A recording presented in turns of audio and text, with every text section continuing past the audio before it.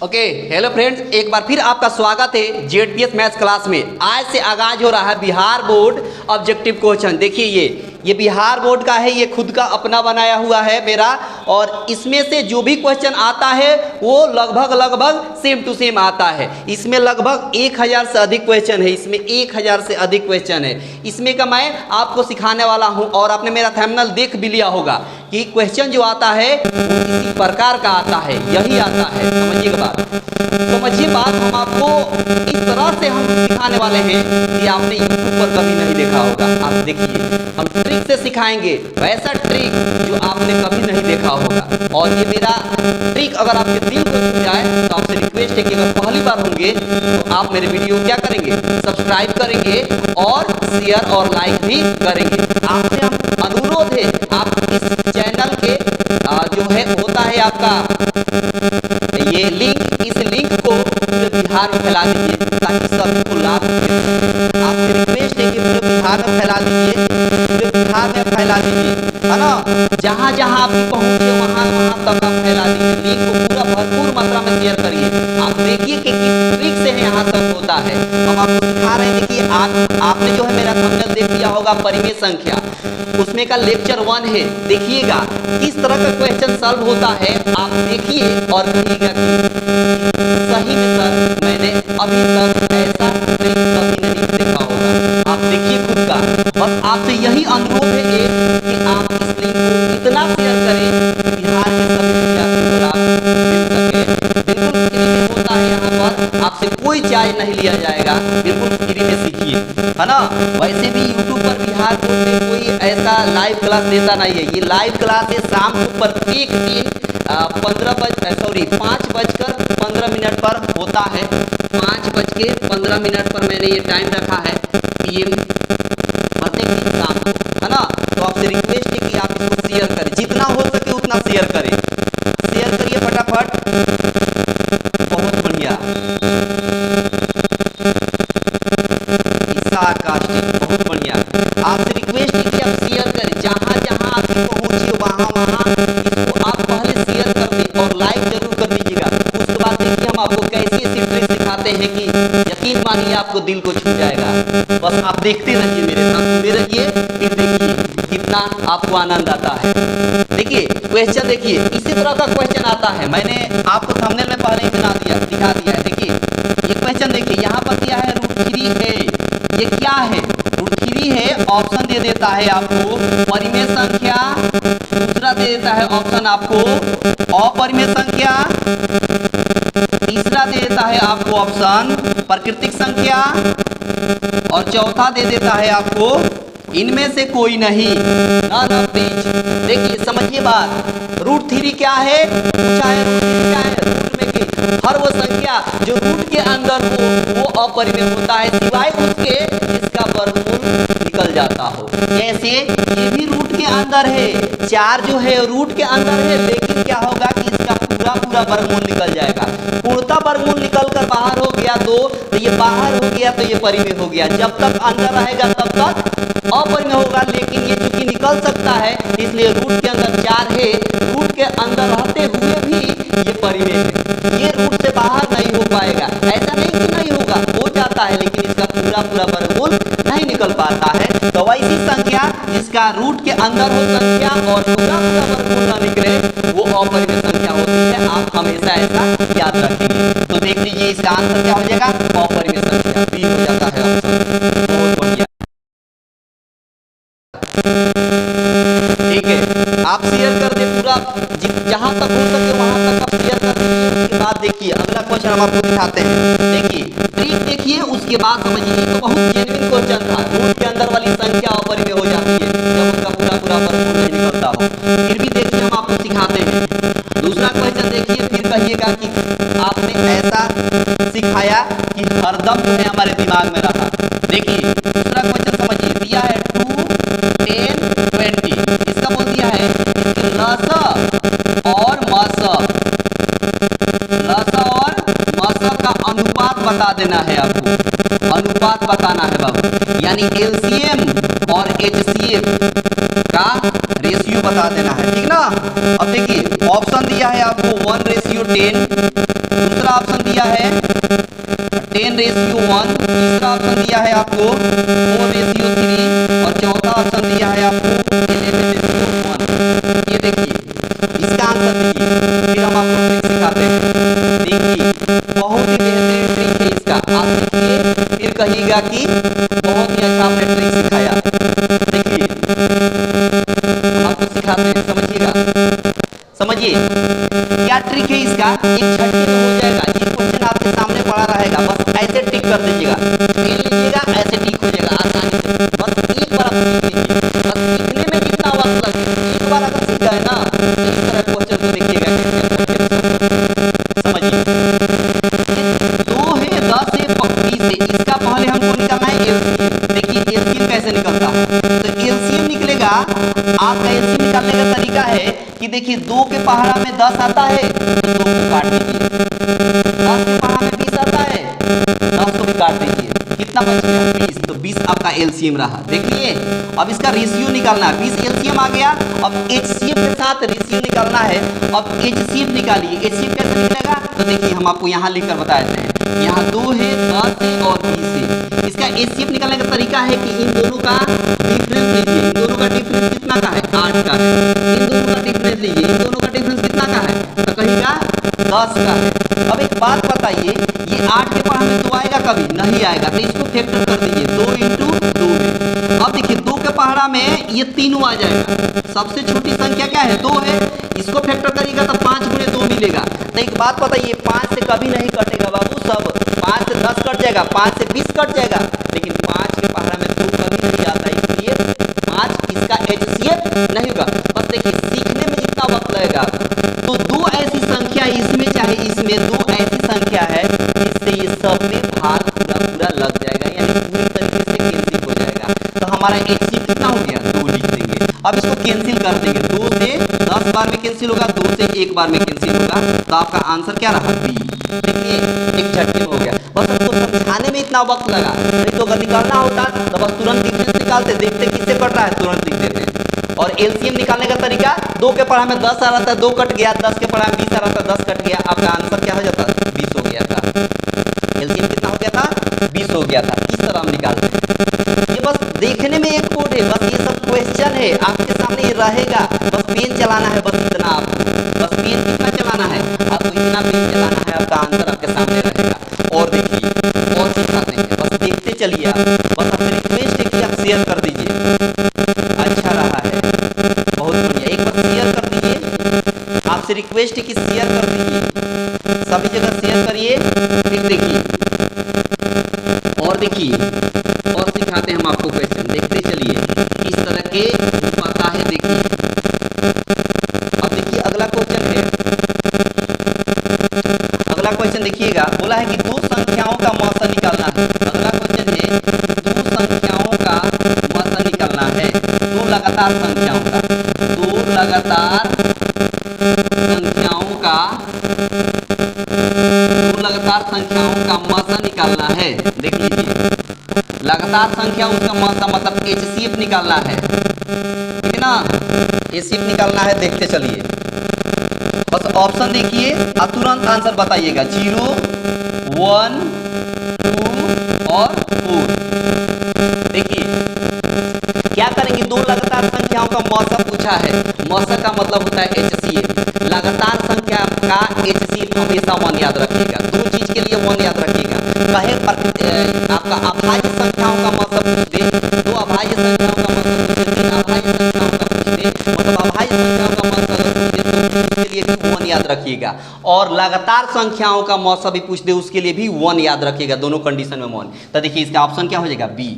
बस ऐसे याद रखिएगा, एक झटके में हो जाएगा। कौन कौन, तो कहिएगा अभाज्य संख्याओं का मौसा भी 1 और 2 लगातार संख्याओं का मौसा भी 1, बस ऐसे याद रखिएगा, एक झटके में हो जाएगा। और क्वेश्चन देखिए, देखिए इसमें पेन से सॉल्व करना पड़ा है, बिल्कुल नहीं, बस झटके में हो जाएगा, बस आप देखते चलिए। और ऐसा नहीं है, ये सब क्वेश्चन आया हुआ है, ये क्वेश्चन बैंक ही है, ये क्वेश्चन आया हुआ है और ऐसे ही आता है। आप देखिए खुद से, अगर नहीं विश्वास है तो आप देखिए बिहार बोर्ड के क्वेश्चन बैंक निकाल कर आप देखिए इस तरह का क्वेश्चन देता है कि नहीं। बस देखते चलिए, हम आपको सिखाते हैं। बस आपसे यही उम्मीद है और रिक्वेस्ट है कि आप शेयर कर दें। जितना ज़्यादा से ज़्यादा शेयर करिएगा उतना ज़्यादा से ज़्यादा विद्यार्थियों को लाभ मिल पाएगा।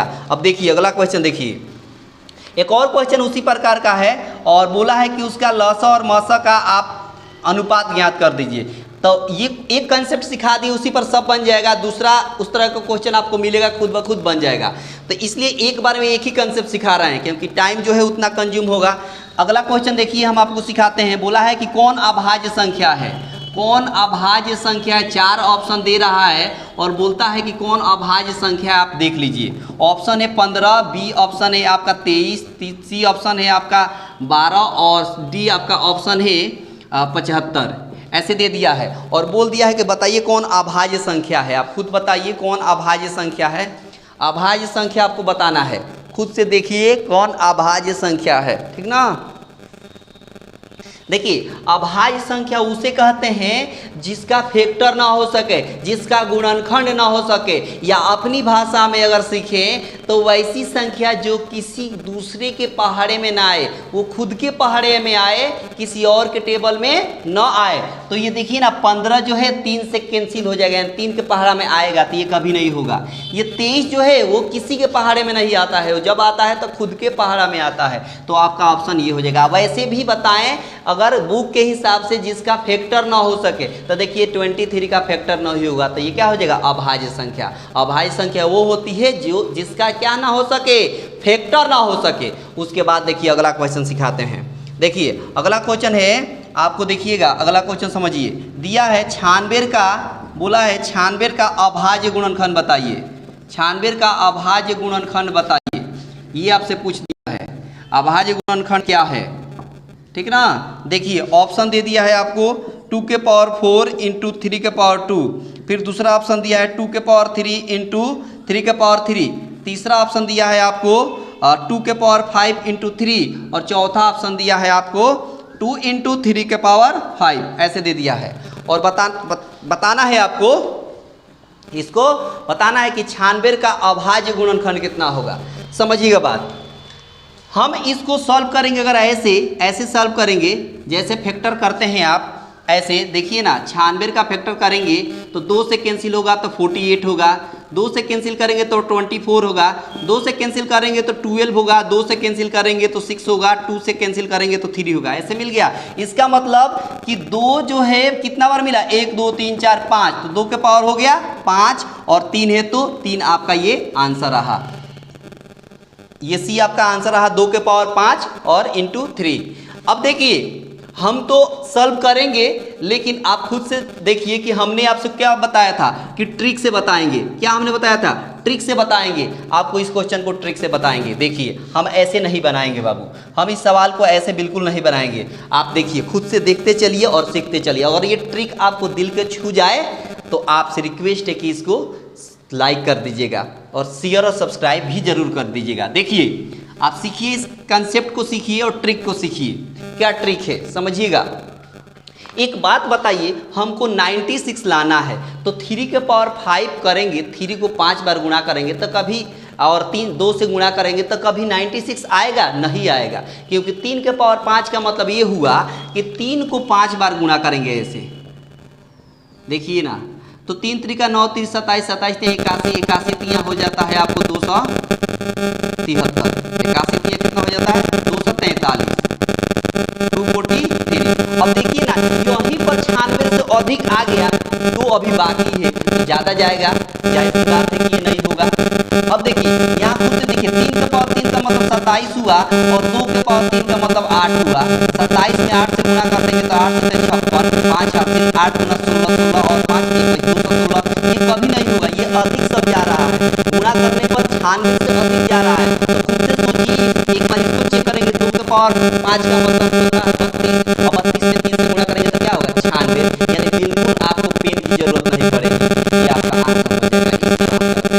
स्मार्ट वर्क, ठीक ना। हम बिल्कुल सिंपल एक क्या कर लेंगे कि एक मल्टीप्लाई करके चेक कर लेंगे, देखना है कि 96 जो अधिक जा रहा है वो नहीं होगा, क्योंकि 96 को हमको ब्रेक करके ये लाया गया है। तो जाहिर सी बात है कि उसको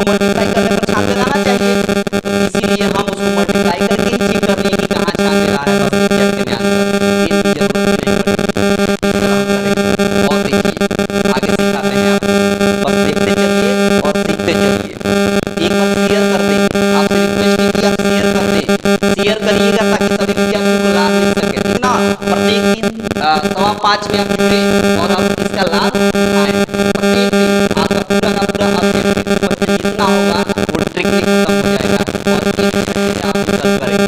देखिए अगला क्वेश्चन सिखाते हैं, देखते चलिए, बस आप सीखते चलिए, अब और कुछ नहीं करना है। प्रत्येक दिन शाम को आप पेन और पेपर लेकर बैठेंगे, जहाँ पेन की जरूरत होगी वहाँ पेन चलाइएगा, जहाँ पेन की जरूरत नहीं है वहाँ पेन नहीं मत चलाइएगा। और एक बार में आपको ना समझ में आए ना, रहेगा कहाँ रहेगा, यूट्यूब पर रहेगा, आप कभी ओपन करके देख सकते हैं। देखिए यहाँ अगला क्वेश्चन बोला है कि कौन परिमेय संख्या है, ऐसा भी क्वेश्चन पूछता है, बताइए कौन परिमेय संख्या है। ऑप्शन दे देगा, आप पूछेगा बताइए कौन परिमेय संख्या है। परिमेय संख्या आपको बताना है। ऑप्शन दे दिया है, देखिए 2 - √13, दूसरा ऑप्शन दे दिया है √15, तीसरा ऑप्शन दे दिया है 2√3 और डिवाइड √3 और चौथा ऑप्शन दे दिया है √6 और कह दिया है कि बताइए कौन इसमें परिमेय संख्या है। परिमेय संख्या आपको बताना है। अब खुद से सोचिए, ये परिमेय संख्या बताना है, लेकिन पहले स्टार्टिंग में ही मैंने बताया था कि परिमेय वो संख्या होती है जो रूट से बाहर रहे। रूट के अंदर रहने वाली हर संख्या क्या होती है, अपरिमेय। तो देखिए यहाँ पर ये रूट के अंदर 13 है, तो 13 का वर्गमूल पूरा निकलेगा नहीं, रूट के अंदर है तो ये अपरिमेय। जब पूछा है आपको परिमेय तो ये ऑप्शन नहीं होगा।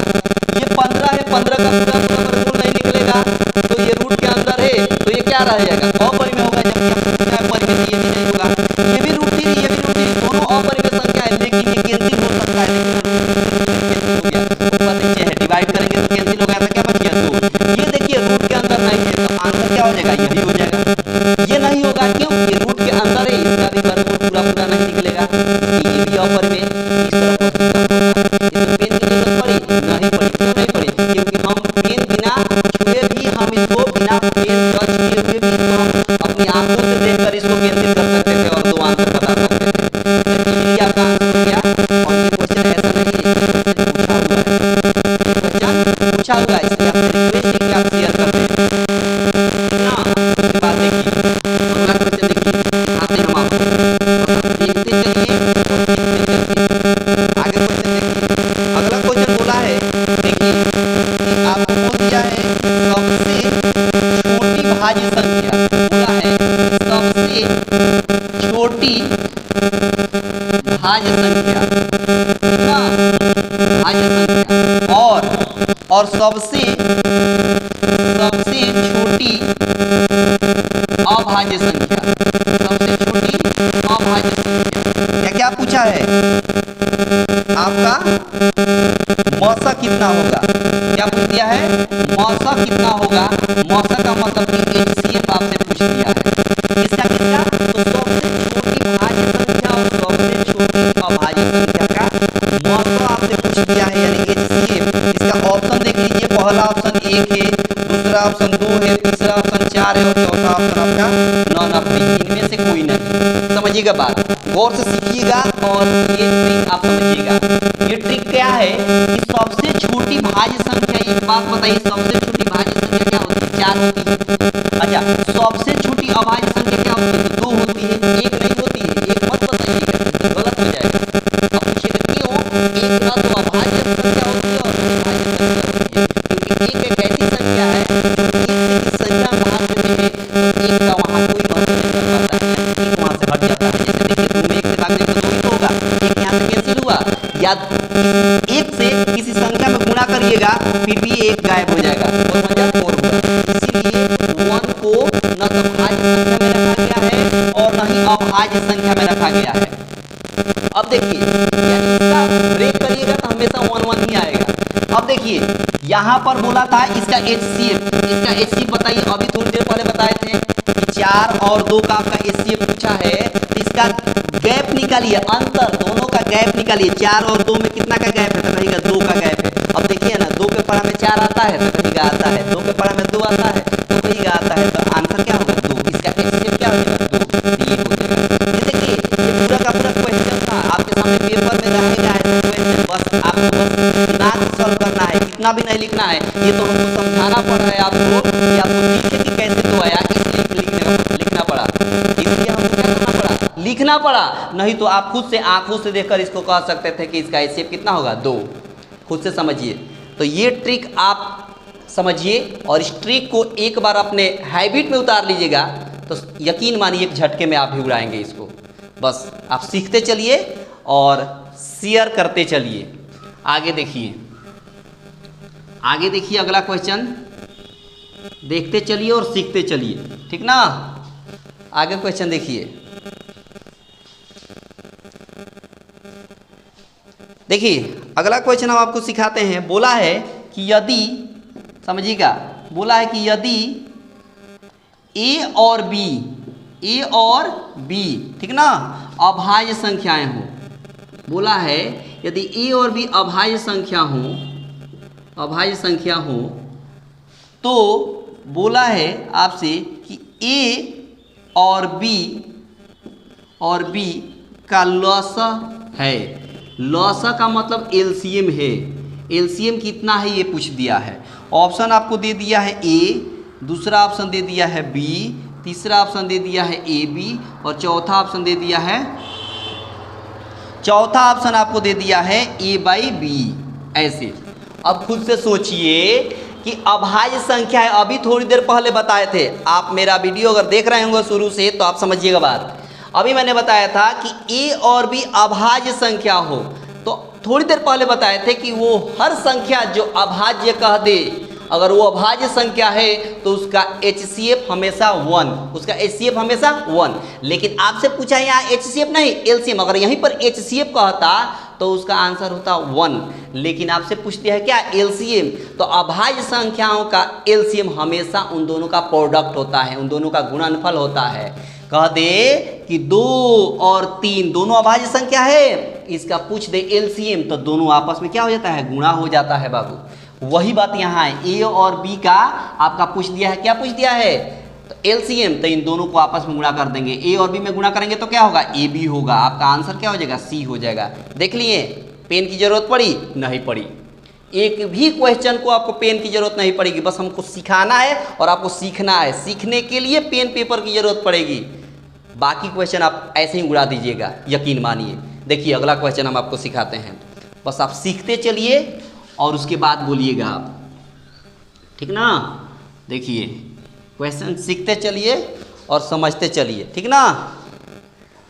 बस एक बार शेयर कर दें आप, इतना ध्यान रखें सभी ग्रुपों में, जहाँ जहाँ आपका ग्रुप है, फेसबुक व्हाट्सअप जो भी ग्रुप है आपका, उसमें आप शेयर कर दें। उसके बाद देखिए सवाल, देखिए अगला सवाल बोला है कि दो संख्याओं, समझिएगा बात, दो संख्याओं का गुणनफल दे दिया है। दो संख्याओं का गुणनफल आपको दे दिया है कितना, तो कहिएगा 86 70 है, ठीक है। और क्या कह दिया है, उसका आप मौसा जो है 17 दिया है। मौसा मतलब एचसीएफ, मौसा का मतलब एचसीएफ दे दिया है कितना, 17। तो कह दिया है लसा बताइए, लसा का मतलब एलसीएम आपको बता देना है, समझिएगा बात, एलसीएम आपको बता देना है। ऑप्शन दे दिया है, देखिए 102, दूसरा ऑप्शन दिया है 85, तीसरा ऑप्शन दिया है 107 और चौथा ऑप्शन दिया है 510। समझिएगा बात, गौर से सीखिएगा। इस क्वेश्चन में आपसे बोला है कि दो संख्याओं का गुणनफल दे दिया है, उसका एचसीएफ 17 दिया है और एलसीएम निकालना है। आपको एक बात बता दें, आप देखिए एक फार्मूला याद रखिएगा, एचसीएफ इंटू एलसीएम बराबर होता है पहली संख्या इंटू दूसरी संख्या, ऐसे। यानी दो संख्याओं का गुणनफल जो है इन एलसीएम और एचसीएफ के प्रोडक्ट के बराबर होता है। तो अब एक खुद से दिमाग से सोचिए, ये समझाने के लिए कंसेप्ट सिखा रहे हैं, वैसे फार्मूला की जरूरत पड़ने वाली नहीं है, एक झटके में आप उड़ा दीजिएगा। देखिएगा, देखिए कैसे, देखिएगा, देखिए वह फार्मूला बता रहा था कि अगर लॉन्ग क्वेश्चन दिया जाए तो आप कैसे बनाइएगा। देखिए कुछ नहीं करना है, इसमें 17 से भाग दीजिए, आपका आंसर हो जाएगा। 17 से भाग दीजिए, आपका आंसर समाप्त, एक झटके में। देखिए ना, 17 से भाग दीजिएगा, 17 × 5 = 85, 17 कम 17, 0 है तो 0, 5 से 10 आपका आंसर। देखिए एक झटके में हो गया। लेकिन वो कंसेप्ट सिखा इसलिए रहे थे कि अगर आपका शॉर्ट क्वेश्चन लॉन्ग क्वेश्चन आ जाए तो वहाँ काम आएगा। बता रहे थे पहली एलसीएम इंटू एचसीएफ बराबर पहली संख्या इंटू दूसरी संख्या। तो इन दोनों संख्याओं का गुणनफल दिया है कितना, 86 17, और एलसीएम आपको निकालना है, एलसीएम अपनी जगह पर रहेगा, और एचसीएफ आपको दिया है कितना, 17 17 हो जाएगा। 17 बराबर कितना हो गया, 86 17, अब 17 से ये कैंसिल होगा तो आंसर कितना हो गया 510, ठीक ना। ये वहीं से आया है। आप सोच रहे होंगे कि सर 17 से अचानक भाग कैसे दे दिया अंदाज से, नहीं, ये यहीं से कंसेप्ट आया है, यहीं से, इसलिए वहाँ दे दिए। तो अगर आप भी इस कंसेप्ट को सीख रहिएगा ना तो आपको भी दिमाग में ये चलेगा कि यहाँ क्या हो रहा है और आप भी एक झटके में उड़ा दीजिएगा, ये होता है, ठीक ना। आप शेयर करते रहें और इस का आनंद उठाते चलें, ठीक ना। देखिए आगे देखिए, अगला क्वेश्चन हम आपको सिखाते हैं। सीखते चलिए और समझते चलिएगा, ठीक ना। गौर से सीखिए और समझिए। आगे देखिए, देखिएगा बात, अगला सीखिए। बोला है यहाँ पर कि आपको बोल दिया है अगला क्वेश्चन कि दो परिमेय संख्याओं के बीच अधिकतम कितनी परिमेय संख्या हो सकती है। ऐसा क्वेश्चन पूछता है कि दो परिमेय संख्याओं के बीच, बोला है बीच अधिकतम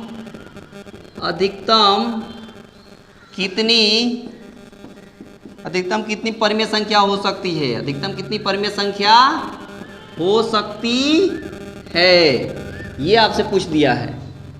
अब देखिए सवाल में देता है ऑप्शन में 1, दूसरा ऑप्शन दे दिया है 2, तीसरा ऑप्शन दे दिया है 3 और चौथा ऑप्शन दे दिया है अनंत, यानी अनेक। समझिए बात, जब भी दो संख्या कह दे और उसके बीच परिमेय संख्या कह दे, तो देखिए जब भी दो परिमेय संख्याओं के बीच की बात करें ना तो वहां पर हम अनेकों परिमेय संख्याएं बता सकते हैं, ठीक ना। इसे याद रखिएगा कि दो परिमेय संख्याओं के बीच, दो परिमेय संख्याओं के जैसे ये परिमेय संख्या है, इसमें ना हम क्या निकाल सकते हैं, इसलिए इसका अंत नहीं होता, इसका अंत नहीं होता तो क्या होगा, अनंत हो जाएगा। आंसर क्या हो जाएगा, अनंत हो जाएगा। इस तरह ऐसे याद रखिएगा कि दो परिमेय संख्याओं के बीच अनगिनत परिमेय संख्याएं हो सकती है, ऐसे याद रखिएगा तो आसानी से आप आंसर टिक कर सकते हैं, ठीक ना। ऐसा भी क्वेश्चन पूछा है। अब देखिए, देखते चलिए और सीखते चलिए ना।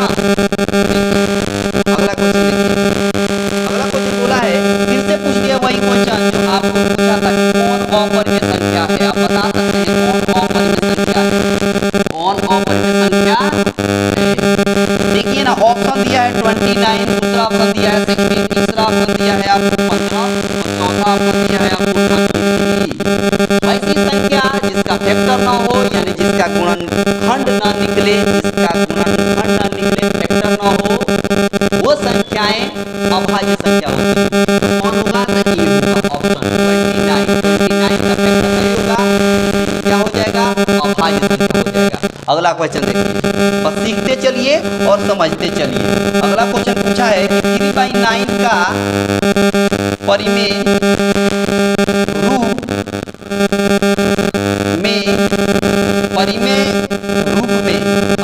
रूप में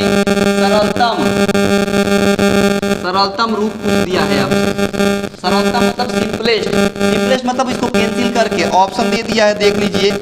ऑप्शन दे दिया है 3/10, दूसरा ऑप्शन 2/9, तीसरा ऑप्शन 1/3 और चौथा ऑप्शन दे दिया है आपको 3/5। सरलतम रूप का मतलब ना उसको कैंसिल करिए, सिंपलेस्ट वर्जन लगाइए, जितना कैंसिल हो सके उतना कैंसिल करिए। लेकिन 3 1 या 3 3 3 या 9 1/3, अब इससे ज्यादा तो कैंसिल होगा नहीं, तो हमारा ऑप्शन क्या हो जाएगा, सी।